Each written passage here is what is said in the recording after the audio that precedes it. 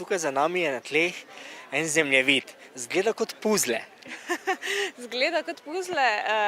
Ljudje lahko na tem ortofoto posnetku oziroma DOF-u z barvnimi nalepkami označijo različne lokacije, glede na to, kaj mislijo vsi o zelenih površinah oziroma na kak način jih uporabljajo.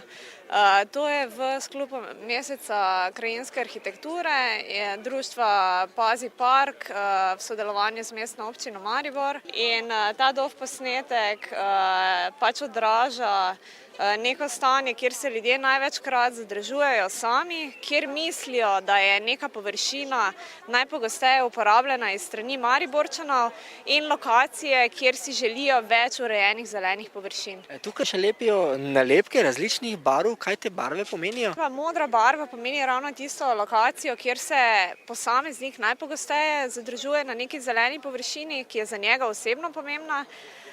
Zelena barva pomeni lokacijo, kjer mislijo, da se Mariborčani najpogosteje zadržujejo oziroma ki je najpomembnejša za širšo javnost, in pa rdeča lokacija je pa tista lokacija, kjer želijo, da se stanje izboljša. Ko boste pridobili vse te informacije, kaj boste počeli z njimi?